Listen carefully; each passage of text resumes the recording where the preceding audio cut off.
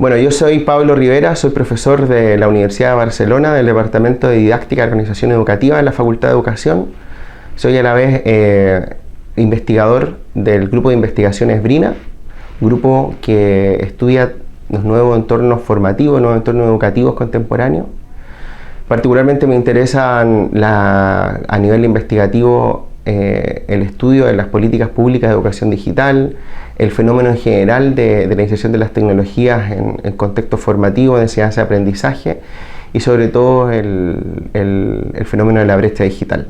Soy sociólogo de formación y he entrado al mundo de la educación justamente para analizar este impacto, esta transformación en la sociedad digital. Mi experiencia en Uruguay ha sido fantástica.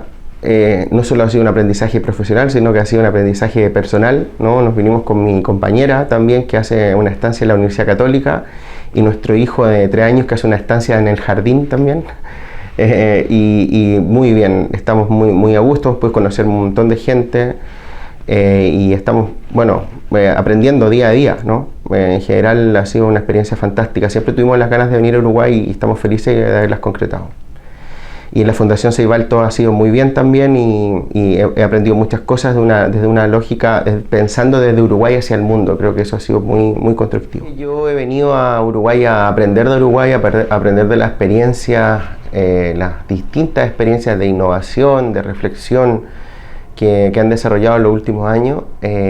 Y desde luego Uruguay, respecto a tu pregunta, ocupa un lugar importante, ¿no? Lo que ha hecho el Plan Ceibal resulta muy interesante en todo ámbito de cosas. Por un lado, es interesante en cuanto a los aspectos positivos, pero también es interesante en los aspectos negativos, ¿no? Todo lo que rodea General La Ceibal ha sido una experiencia y no en vano termina siendo un caso que es una experiencia global.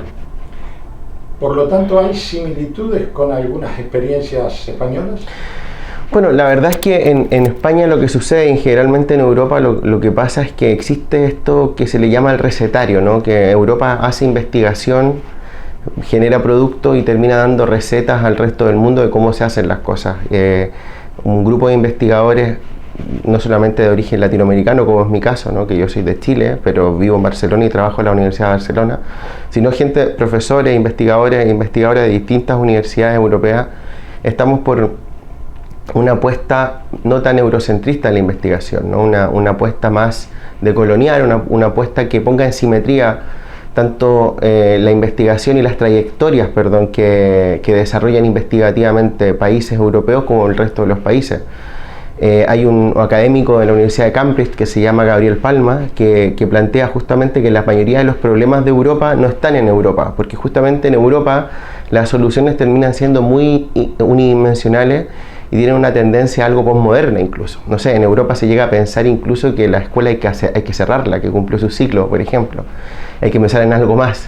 Llegar a plantear una idea así en Latinoamérica no tiene mayor sentido, porque la escuela en general, aparte de ser el ente que permite la adquisición de un lenguaje para desenvolverte en la sociedad, es un elemento central de socialización de las familias, de construcción de la ciudad, etcétera. Por tanto, hay que tener cuidado desde ese punto de vista con el recetario europeo. Por lo mismo, en mi caso particular, trato de hacer un mix, ¿no? De tener la experiencia investigativa o la generación de conocimiento europeo, pero también de las sociedades que están en construcción. Con las nuevas tecnologías, ¿la educación hasta ahora está en entredicho? Yo creo que las nuevas tecnologías evidentemente han llegado a la educación porque era inevitable, es decir, la sociedad ha cambiado, existe desde la emergencia de la sociedad postindustrial todo un tipo de fenómeno global denominado sociedad digital, y la educación por supuesto no puede estar ausente de eso. Dicho esto, sin duda creo que hay una fricción, un cuestionamiento respecto al rol que desempeñan las tecnologías en los procesos educativos. Muchos somos de la idea de que las tecnologías son herramientas, como en otro momento las tecnologías digitales particularmente, como en otro momento fueron otras tecnologías analógicas o no digitales también importantes, y herramientas importantes para los procesos educativos. Por lo tanto, yo creo que el entredicho, lo que tú planteas, la tensión se da cuando uno pone en la tecnología la responsabilidad de liderar el cambio y hacer el cambio.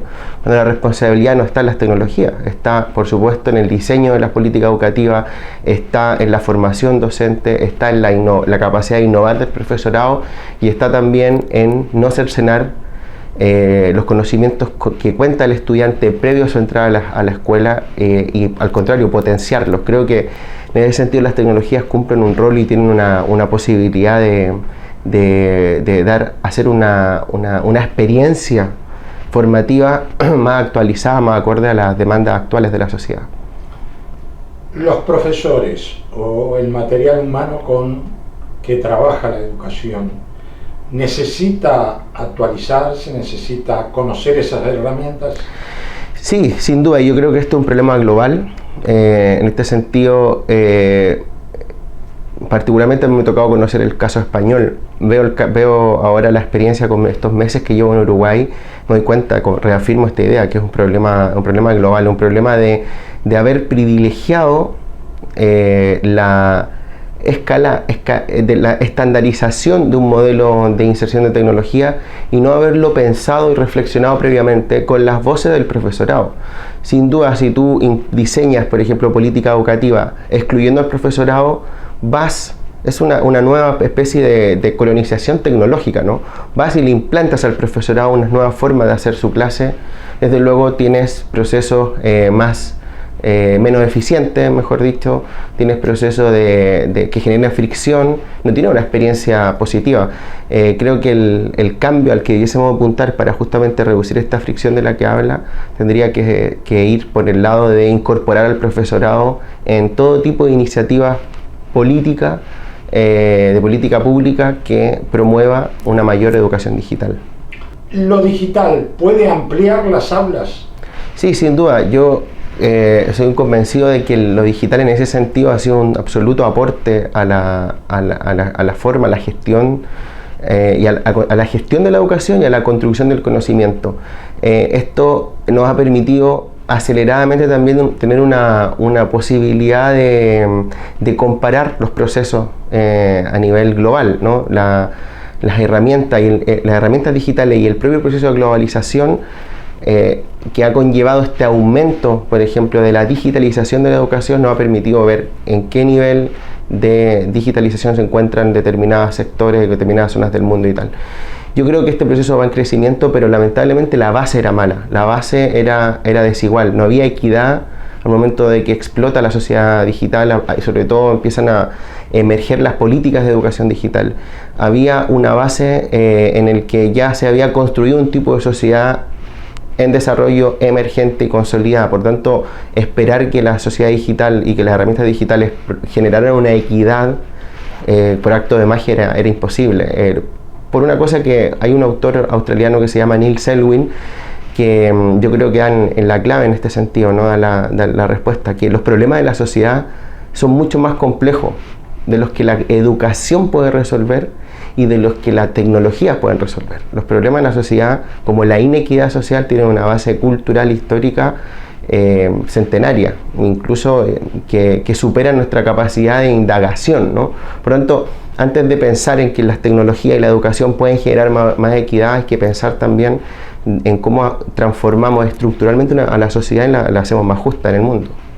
Hay gente vinculada a la cultura que habla de que por esta vía, la vía digital, se podría mejorar la educación en valores. ¿Eso puede ser? Sí, yo creo que es un tema interesante. Sin duda creo que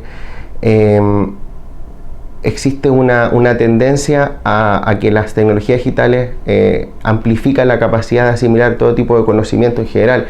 Desde luego nos pueden permitir a nivel valórico también tener cierta posibilidad de fomentar no una homogenización, pero una comprensión y una tolerancia a los distintos estilos de vida. Pero tú, por ejemplo, si hablamos del valor más que el valor de respeto a las distintas formas de vida, por ejemplo, que las tecnologías digitales nos permiten observar. Nosotros, gracias a las tecnologías digitales, podemos ver cómo se vive en China, cómo se vive en India, cómo se vive en Pakistán, en Latinoamérica. pero en la práctica, más allá de observarlas, en la práctica vemos que la convivencia en determinados países no es fácil, no fluye, no es acorde a esta expectativa de integración que tenemos. Ahí es cuando nuevamente volvemos al punto anterior, ¿no? Es decir, que la sociedad tiene una cierta fragmentación o tiene ciertas problemáticas que están por sobre la capacidad que las tecnologías puedan tener de resolver. Hay también un planteo genérico de que las nuevas tecnologías necesitan nuevas pedagogías. ¿Cuál es tu opinión en ese sentido? Bueno, mira, respecto a tu primera pregunta, aquí tenemos un elemento clave, ¿no? Uruguay ha sido uno de los contextos donde este tipo de reflexión que plantea este tipo de inquietud sobre las nuevas pedagogías a través de la, más que la masificación, la realidad, porque contamos con muchas tecnologías, ha aflorado. Tienen acá al mismo Cristóbal Cobo, tienen a gente en distintas universidades trabajando en este tipo de temas. Sin lugar a dudas, y esto tiene que ver básicamente con lo que te comentaba hace un momento, es decir, no podemos entregar todo tipo de responsabilidad a las tecnologías de que provoquen el cambio, ¿no? La responsabilidad está en asumir que las tecnologías son herramientas que ayudan a la gestión pedagógica, no son la pedagogía en sí. Esto sucede porque existe una especie de determinismo tecnológico de creer que existe desde fines de la revolución industrial, ¿no? No es nada nuevo, pero existe esa creencia a que lo tecnológico, lo innovador es lo correcto, es la verdad. Y nos damos cuenta, de hecho, fenómenos como el de la posverdad, ¿no? donde se ha demostrado en la actualidad que incluso las redes sociales pueden construir una verdad falsa que todos asumimos como verdadera porque vienen de los medios digitales y ya está. Nos damos cuenta de que debemos ser capaces de relativizar esto. Es decir, nuestro problema ha sido que la mayoría de la implantación de las políticas públicas en todas partes del mundo, en un comienzo han privilegiado lo tecnológico y han dejado atrás todo tipo de cuestionamiento pedagógico. Y afortunadamente eso ha ido cambiando. Creo que la reflexión crítica ha sido muy fuerte al respecto de la experiencia también nefastas, como el caso en España, ¿no? España, el símil de Ceibal, que fue el programa de Escuela 2.0, justamente se cercena al tercer año de ejecución, primero porque España vivía el año 2011-2012 una crisis histórica de las más importantes de su historia, justamente en la era de la democracia, y por otro lado porque no contó en ningún momento con el apoyo de los sindicatos docentes, básicamente porque estaban totalmente aislados de esta nueva promoción de forma de hacer educación, de hacer gestión pedagógica. Yo creo que la clave está justamente en que en el momento de diseñar estas políticas de educación digital, las voces del docente estén implícitas, son los que tienen la experiencia en el aula, son los que conocen la necesidad del estudiantado, y desde luego, aparte de eso, trabajar en la formación de los docentes. La formación de los docentes también cae mucho en el enquilosamiento, en prácticas muy tradicionales formativas. ¿Cómo le podemos pedir al profesorado que sea innovador en el aula si en su formación, durante su proceso formativo, la innovación es un elemento que está en la periferia de su propia asimilación de conocimiento? En este sentido, creo que la sociedad nos ofrece el desafío también de ser personas más globales, ¿no? Saskia Sassen habla justamente de que lo local es global y lo global es local. O sea, hoy en día nos situamos en una sociedad donde en el mundo global la experiencia externa a la que vivimos cotidianamente es clave. Por tanto, yo creo que es súper importante que los profesores puedan hacer intercambio, conocer la formación o los procesos formativos, por ejemplo, el profesor uruguayo de Chile, de México, puedan ir a España, podamos ir a Finlandia, podemos ir a China, podemos comparar. Las tecnologías digitales nos ayudan a eso, por supuesto, nos puede facilitar esa experiencia, pero también las políticas públicas debiesen promover el fomento de este tipo de experiencias docentes. Creo que la lógica comparada es clave para tener una sociedad digital, para tener una acción pedagógica actualizada. En primer lugar, sin duda el Estado, ¿no? en cuanto a políticas públicas. En segundo lugar, tener la convicción de que el profesorado y la comunidad educativa debe innovar. Y en tercer lugar, también plantearnos en la necesidad de intercambiar experiencia y situar al profesorado en un mundo global, ¿no? Que pueda conocer las realidades, que se pueda situar en las necesidades que tiene nuestro mundo global. Que les repito, yo voy muy en la línea de lo que decía Saskia Sassen, lo local, lo que nos parece local, también es global. Lo que sucede en Uruguay importa en el mundo.